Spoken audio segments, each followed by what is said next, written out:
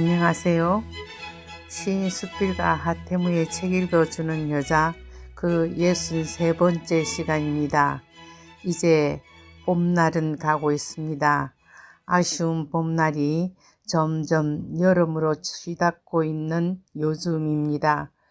이 봄이 다 가기 전에 의미 있는 일을 계획해 주시기 바랍니다. 오늘은 중요한 한 분의 시 추천한 영어 시를 읽어드리겠습니다.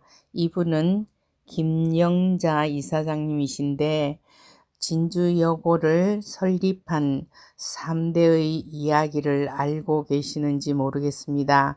지금 100주년이 되어가는 진주여고를 설립한 분은 허준, 허만정, 허왕구 3대에 이르는 승산그룹의 선행으로부터 시작됩니다. 그 김광균 시인의 며느리이신 이 김영자 이사장님은 허왕구 님의 부인이십니다. 지금도 진주여고에 고액의 장학금을 희사하고 계신 분으로 이화여자대학교 영어 영문과를 졸업하시고 미국 노스웨스턴 대학원을 졸업하신 영문학사입니다. 이화여자대학교 영어 영문학과 강사를 역임하시고 대한적십자사 부총재를 역임하셨습니다. 이화여대 장학재단 이사장도 역임하시고 대한적십자사 봉사장 금장을 수상하고 대한적십자사 사회봉사상을 수상한 분으로 시낭독가이십니다. 이분이 Do Not Go Gentle Into That Good Night 라는 다이런 토마스의 웨일즈 출신 영국 시인의 시를 소개하셨습니다. 시낭독가의 시 읽었던 것을 제가 읽으려니 좀 떨리는군요. 번역시를 읽겠습니다.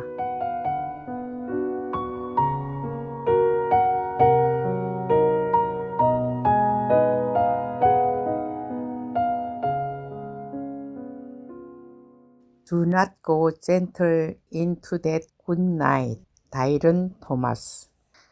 그 좋은 밤에 가벼이 들어가지 마세요. 노년은 날이 저물 때 타오르고 악을 써야 합니다. 분노. 그 꺼져가는 빛에 맞서 분노하세요. 현명한 자들은 그 마지막에 어둠이 오름을 알게 되어도 그들의 말은 갈라졌고 빛이 없으므로 그들은 그 좋은 밤에 가벼이 들어가지 않습니다. 선한 자들, 그 마지막 파도가 지나고 그들의 노쇠한 몸짓이 푸른 항만에서 춤을 췄을 수도 있었기에 얼마나 강렬히 부르짖습니까? 분노, 그 꺼져가는 빛에 맞서 분노합니다. 고친 자들, 떠오르는 태양을 잡고 노래했던 그들은 너무 늦었음을 알았고 가는 길을 슬퍼합니다. 그 좋은 밤에 가벼이 들어가지 마세요. 무덤가의 이들, 죽음 근처 멀어버린 눈으로 보는 자들, 멀어버린 눈은 유성처럼 타오르고 밝아질 수 있으니 분노, 그 꺼져가는 빛에 맞서 분노하세요. 그리고 당신, 내 아버지, 저기 높은 슬픔에 있는 자여, 지금 당신의 격한 눈물로 나를 저주하고 축복하길 기도합니다. 그 좋은 밤에 가벼이 들어가지 마세요.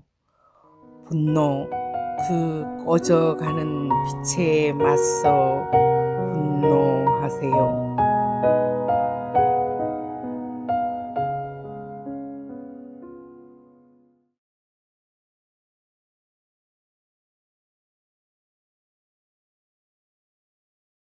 제 이야기는 남해 FM 91.9MHz 라디오와 남해 FM 스마트폰 전용 앱에서 본방송 매주 금요일 8시, 재방송 일요일 저녁 8시와 화요일 오후 5시 매주 3차례에 걸쳐 30분간 진행됩니다. 그리고 남해 FM 유튜브와 페이스북 또는 네이버 블로그 소리의 꿈을 통해서도 들으실 수 있습니다. 이제 다시 실크로드 동단해로 대마도로 갑니다. 저녁 식당엔 한국의 사물놀이, 여인들이 가야금 타는 모습의 한국화가 걸렸습니다. 식당에서의 양재혁 선생님의 판소리 사철가는 너무나 일품이었습니다. 어와 세상 번님네들 이내 한맘 들어보소. 인간이 모두가 80을 산다 해도 병든 날과 잠든 날 걱정 근심 다 지으면 단 40도 못 산 인생. 아차 한번 죽어지면 북망상천의 흙이로구나. 사후의 만반진수는 불여 생전 일배주만도 못하느니라. 세워라 세워라 세워라 가지를 마라. 아까운 청춘들이 다 늙는다. 세워라 가지 마라. 가는 세월 어쩔 거냐.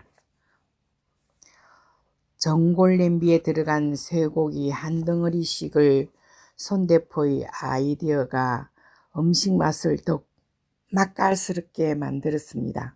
그분의 기발함이 참 부러웠습니다. 나도 질세라 남의 온리원 펜션. 사진가 남편은 바빠서 못 왔지만 내가 사는 한려해상 국립공원 안의 아름다운 일출 전망, 한국에서 가장 아름다운 길 위에 있는 그곳에 오신다면 모두 VVIP 손님으로 모실 거라고 약속한다고 말했습니다. 모두 신나게 박수를 쳐주었습니다. 신명들은 이어져서 결국 노래방까지 가게 되었습니다. 저는 가만히 빠져나왔습니다. 늘 하던 대로 손녀들에게 줄 기행문도 그리고 또 블로그에 올릴 기행문도 정리를 해야 하기 때문입니다. 여행지에서 해놓지 않으면 정말 정리하기가 힘든 작업이었으니까요. 정수일 선생님도 아마 그러셔서 점점 저녁 시간의 참석은 꺼리시는 것 같습니다. 여행지에서는 늘 잠도 적게 자야 합니다. 새벽의 대마도 새벽은 늘 맑고 깨끗합니다. 대마 호텔 앞에는 하천이 흐르고 있었습니다. 그 하천의 끝은 이즈하라 항구에 도착합니다. 물에는 수양보들이 휘늘어지고 조선 통신사들의 행렬도가 그려져 있습니다. 다리와 다리 사이에는 송학, 달, 산, 보름달, 초승달 같은 그림이 있고 다리발에는 조각도 되어 있습니다. 고물들을 파는 가게, 간판이 색다른, 벽이 색다른 그런 다양한 길을 걸어가다가 쉬다가 합니다. 혼자 걷는 길이 참으로 호젓하여 좋습니다. 긴 밤 노래방에서 늦게 온 룸메이트와 이야기를 잠깐 나누었습니다. 누대를 거쳐온 인연, 옷깃만 스친 게 아니라 두 밤을 한 방에서 함께 자는 인연. 내 삶의 궤적에서는 이 여행이 아니면 만나질 수 없는 분인데 말입니다. 그래서 여행지에서 만남은 더더욱 소중합니다. 조그만 조각 위에 그린 꽃그림 하나로 선물로 드렸는데 대마도 바다 이야기를 들어보시든지 귀찮으시면 버리시든지 늘 나의 선물은 그렇게 소박하고 미미할 뿐입니다. 잊어도 그만인 것들. 대마도에는 고쳐진 집들과 아직 고치지 못한 신구가 대비된 골목길도 많이 있습니다. 한국 사람은 절대 출입을 삼가하라는 가게도 있습니다. 어글리 코리안들이 여기서도 한판 붙어섰나 봅니다. 조금 부끄럽습니다. 만제키바시 다리로 갑니다. 이 다리에서는 가이드 박현숙 씨와 정수일 선생님의 이야기를 제 나름으로 정리해 봅니다. 만제키바시. 이 다리는 일본이 자랑하는 러일 전쟁 승리의 원동력이 되었던 스시마 해전의 대승을 가져다 준 아주 의미 있는 다리이다. 만제키 다리는 대마도의 건설된 인공적인 운하 위에 설치한 다리로서 원래 하나의 섬이었던 대마도를 이 운하의 개통으로 상대마도와 하대마도로 나누고 있다. 1904년에 완공되어 현재의 모습으로 총 3차례에 걸쳐 보수 공사를 하였다. 지금의 다리는 처음보다 약 10m 정도 이동된 자리이며 주민들이 배를 운행할 때 섬을 한 바퀴 돌아가는 불편을 없애고 군함의 출입도 자유롭게 할 수 있도록 만든 다리이다. 수심 4.5에서 5.1m, 폭 40에서 65m, 길이 210m. 이 다리에 얽힌 역사적인 이야기는 다음과 같다. 메이지 유신 이후 일본은 부국 강병 정책으로 해군력 증가에 박차를 가하게 된다. 대륙으로 연결되는 한반도를 장악하기 위해서는 일본 본토와 부산까지에 이르는 항로의 단축이 필수적이었다. 그 일환으로 일본 해군의 주도하에 섬의 가장 좁은 부분을 뚫어 운하를 개통하게 된다. 대마도의 허리를 관통하는 인공해협 만제키 운하 건설을 하게 되니 이 운하가 스시마 해협과 아소만을 지나 대한해협에 이르는 직항로가 된 것이다. 그 당시 일본은 영일 동맹을 맺고 영국군에게 러시아의 남하를 막으라고 부탁했다. 그리고 1904년 2월 6일 당시 러시아에게 열흘에 전쟁을 시작하다는 선전포고를 한 후 이틀 앞날 8일에 기습적으로 러시아를 공격하여 러일 전쟁을 시작했다. 당시 러시아는 일본 따위는 가볍게 여길 만큼 군사력이 막강했는데 1905년 3월 만주 봉천에서 러시아의 주력군이 패하는 일이 벌어졌다. 러시아는 전력의 보충을 위하여 유럽에 있던 발틱 함대를 블라디보스토크로 이동을 시킨다.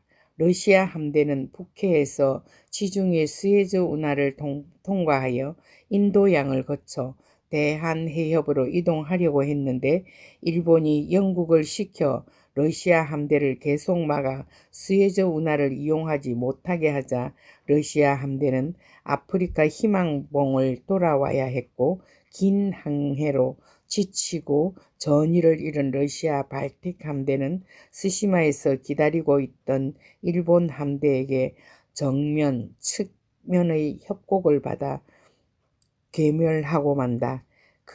그동안 일본 해군 제독 도코헤이 하치로 제독은 황국의 흥망이 이 일전에 달렸다고 외치면서 날마다 일본 해군에게 정신무장을 시켰다 한다. 이 전쟁의 기록을 보면 얼마나 일본의 일방적인 전투였는지 짐작이 간다. 러시아 측 전함 38척 중 35척 격침, 3척 나포, 48,000명 전사, 일본 측 전함 3척, 침몰 117명 전사. 이 스시마 해전의 결과 일본은 동북아에서 주도권을 쥐게 되고 러시아는 짜르 왕조의 몰락과 함께 볼셰비키 공산혁명의 시발점이 된다. 그리고 일본의 야욕은 정점에 달하면서 미국으로부터 대한제국을 지배해도 좋다는 가스라 레프트 협정을 통해 한국의 주권을 박탈하는 음모의 이빨을 갈기 시작한 것이다. 그 후 5년 드디어 대한제국은 강제로 치욕적인 합병을 당하게 된다. 그리하여 대륙으로 나간 일본은 태평양 전쟁을 치르기에 이른다. 일본의 자랑인 이 다리는 우리에겐 슬픔의 다리라 할 수 있겠다. 망왕교 앞에서 흑사탕 하나씩을 씁쓸하게 나누었습니다. 입맛이 하도 쓴 탓에 다리 아래 펼쳐진 절경은 그날의 슬픔을 아는지 모르는지 한가롭게 보이는 배들만 하얀 포마를 일구며 이리저리 떠다닙니다. 실크로드 동단해로 에보시다케 전망대의 에보시다케 산 전망대.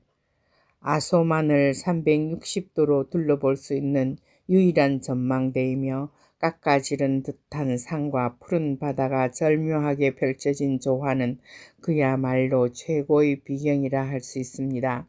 차에서 내려 60m 정도로 걸어 올라가면 됩니다. 대마도가 자랑하고 있는 아소만의 구불구불한 해안선은 일본에서도 빼어난 경치로 정말 아름다운 곳입니다. 아소만은 육지의 침강에 의해 만들어진 전형적인 리아스식 해안으로 그 해안선의 굴곡은 우리 남해의 해안선과 흡사합니다. 이 섬세한 굴곡은 대마도 자연경관 가운데 가장 뛰어난 곳으로 양질의 스시마 진주산지이기도 하답니다. 내려오는 한적한 길에서 양재혁 선생님은 아주 기분이 좋으십니다. 중용장구 한 구절을 제게 가르쳐 주셨습니다. 제가 중용은 짧지만 너무 어렵다고 말했거든요. 심오한 사상이 들어있고 너무나 형이상학적인 내용이라 보통 사람들이 알아듣기 어렵지만 조금만 더 깊은 사유 속에 빠져보면 이외로 쉬운 글이니 한 번 더 도전해보라고 어디선가 정규적으로 가르치는 데가 있는데 열정적으로 오시는 분 중 제가 성천 아카데미에서 사귀었던 예쁜 언니라고 하던 심언니도 오신다고 합니다. 마음은 있어도 꿈도 꿀 수 없습니다. 사람은 나면 서울로 보내야 합니다. 시골에서 그런 호강은 없습니다. 성균관 대학원을 다녔는데 왜 선생님을 만날 기회가 없었는지 모르겠습니다. 읊어주신 중용장구 한 구절을 다시 가만히 외워봅니다. 희노애락지 미바리지중 바리개중절이지약. 희노애락이 아직 나타나지 않은 것을 일러 중이라 하고 나타나서 모든 절도에 맞는 것을 화라고 한다. 중이라고 하는 것은 천하의 대본이고 화라고 하는 것은 천하의 달도이다. 중과 화에 이르면 천지가 제자리에 놓이게 되고 만물이 육성된다. 언제 중화에 이르겠는지요. 중용은 그냥 글로만 읽는 학문은 아닙니다. 수양을 통해서만이 비로소 이루어지는 학문입니다. 와다츠미 신사로 갑니다. 도요타마초의 상징인 이 신사는 히코호호데미 노미니코토와 도요타미 히데요시를 제사 지내는 해궁으로 바다신을 모신 신사로는 가장 오래된 신사이며 가야의 김수로왕의 자손이 대마도로 건너와 세웠다는 설과 장보고 장군의 소가였다는 설 등이 전해지고 있습니다. 와다는 우리말 바다에서 비롯된 말이라고 합니다. 대마도에서는 지금도 바다의 후미진 곳을 와다라고 하고 일본의 고우에도 바다를 와다라 했다 합니다. 그렇다면 와다즘이란 바다의 용궁이란 뜻이 되는 것입니다. 본전 정면의 바다 속에서 있는 토리이 두 개가 만조시 2m 정도 바다 속으로 가라앉아 파도가 잔잔한 아소만과 어우러져 신화의 세계를 연상케 합니다. 마침 도착 시각이 만조 시각이라 물에 잠긴 도리를 볼 수 있었습니다. 참으로 운이 좋은 여행객들입니다. 어른 아이 할 것 없이 그 도리를 배경으로 사진을 찍었습니다. 바닷물에 잠긴 풀들이 잔잔하게 흔들리고 있었습니다. 이렇게 얽힌 전설은 일본의 건국 신화가 됩니다. 천신의 아들이 잘못하여 형의 낚시 바늘을 잃어버립니다. 용궁까지 찾으러 갔는데 용궁의 아리따운 딸과 결혼하게 되어 바다 속에서 3년을 살다가 만삭이 된 아내랑 육지로 나왔는데, 아내는 자기가 아이 낳는 모습을 절대로 엿보아서는 안 된다고 부탁을 했습니다. 그러나 천신의 아들은 너무나 궁금하여 이를 엿보게 되었습니다. 그런데 아내가 커다란 구렁이의 모습으로 몸부림치는 모습을 보게 되었습니다. 남편이 자기의 부탁을 무시하고 엿본 것에 화가 나서 아내는 아이를 버리고 다시 바다로 돌아가게 되었는데, 이곳이 바로 아이를 버리고 간 장소로 일컬어지고 있습니다. 결국 지금의 일본 왕실 계보는 천신의 부계와 해신의 모계로 된 혈통이라는 것으로 이것이 해양국가 일본의 국가상입니다. 일본의 발원지가 본토가 아닌 대마도 이 지역의 해변 와다즈미라는 사실은 매우 흥미로운 일입니다. 일본의 본토 신사는 동쪽이 아니면 남쪽을 바라보게 지어져 있는데, 대마도의 신사는 서쪽으로 보는 신사가 많아 한국의 신을 숭상하는 곳이 많다고 합니다. 이곳에서 출토되는 유물들은 청동기와 철기 시대의 우리 조상들의 유물, 말방울, 팔찌, 세형 동금 등이 많이 출토된 곳이기 때문입니다. 이곳에도 고구려에서 왔다는 고마 인우가 보입니다. 입을 벌린 수컷과 입을 다문 암컷, 모든 일본의 신사에 고마 인우가 다양한 모습으로 거대한 석상으로 서 있습니다. 우리는 신사 뒤에서 들어갔습니다. 거대한 삼나무가 하늘까지 솟은 울창한 숲, 깊고 으스스하고 시원합니다. 선앙당같이 금줄로 쳐놓은 곳에 도요타미 히메의 석관묘가 외롭게 서 있고, 주위엔 울창한 숲과 산책로가 잘 정비되어 있습니다. 이곳의 지명은 도요타마초라고 불리워지는데, 바로 도요타미 히메의 이름에서 따온 것이라 합니다. 대마도에서 아주 귀한 수백 년 묵은 해송이 신전뜰에 심어져 있고, 일본 전통 운동인 스모 경기장도 지어져 있습니다. 돌이 이 기둥 위에 돌을 던져보라고 합니다. 얹혀지면 새로운 사랑이 온다나요?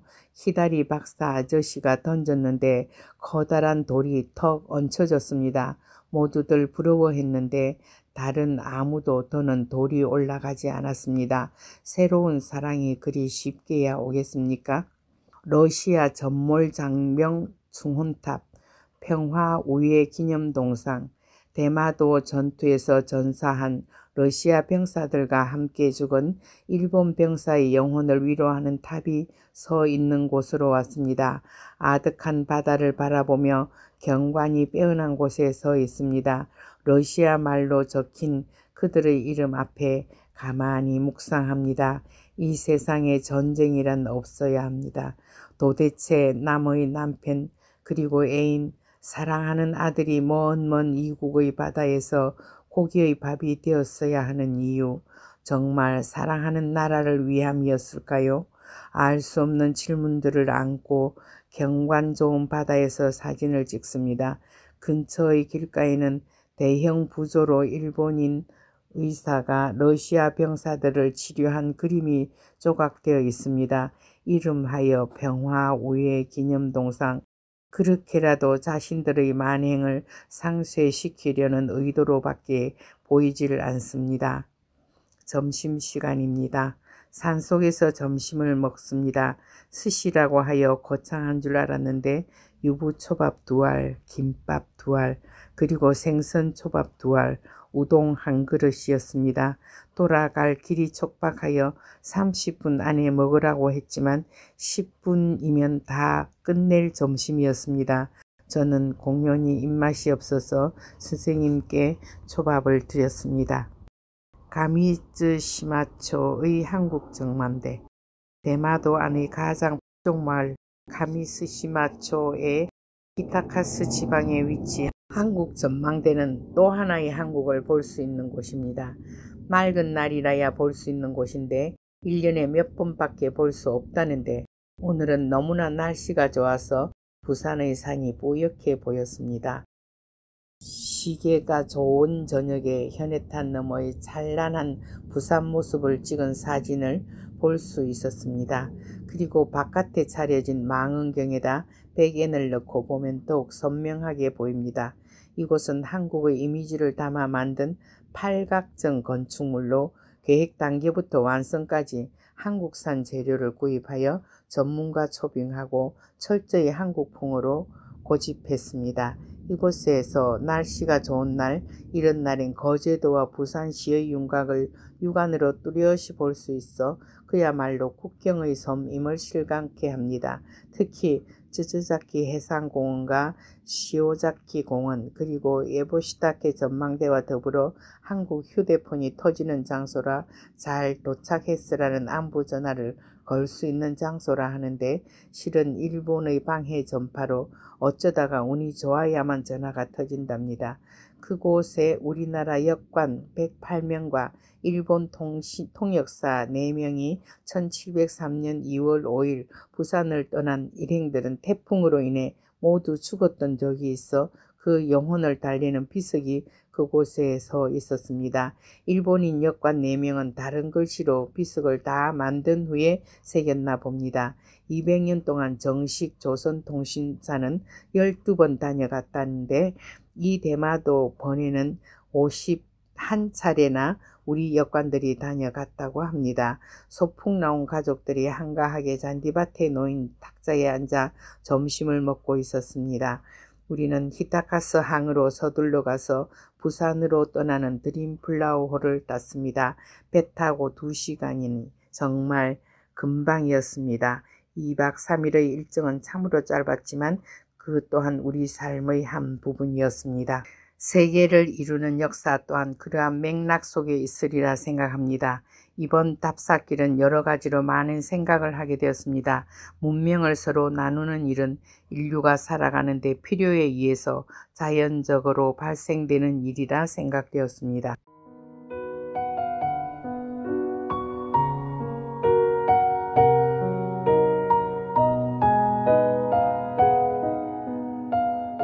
들려드리는 노래는 봄날은 간다, 린이 노래합니다. 잘 감상해 주세요.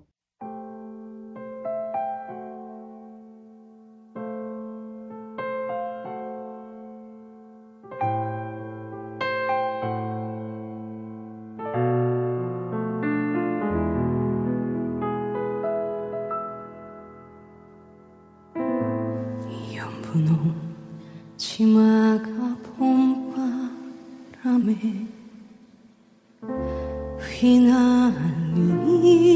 휘날리더라. 오늘도 옷고름 씹어가며 산집이 넘나드는 성황당 길에 꽃이 피면 같이 웃고 꽃이 지면 같이 울던 알뜰한 그 맹세에 봄날은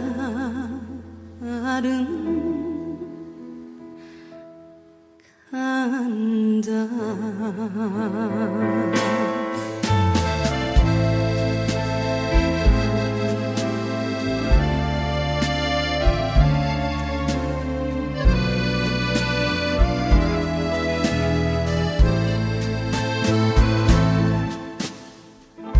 새파란 풀잎이 물에 떠서 흘러가더라.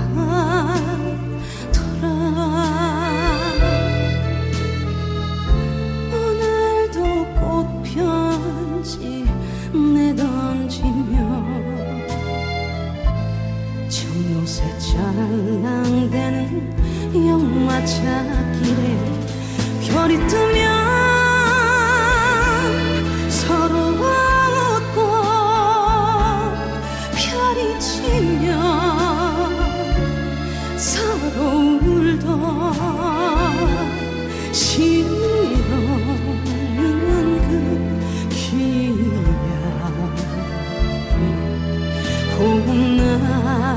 봄날은 간다.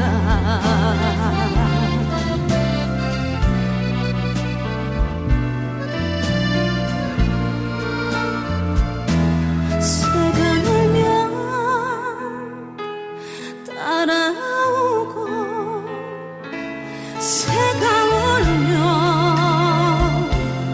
따라 울던 얄궂은 그 노래 내 봄날은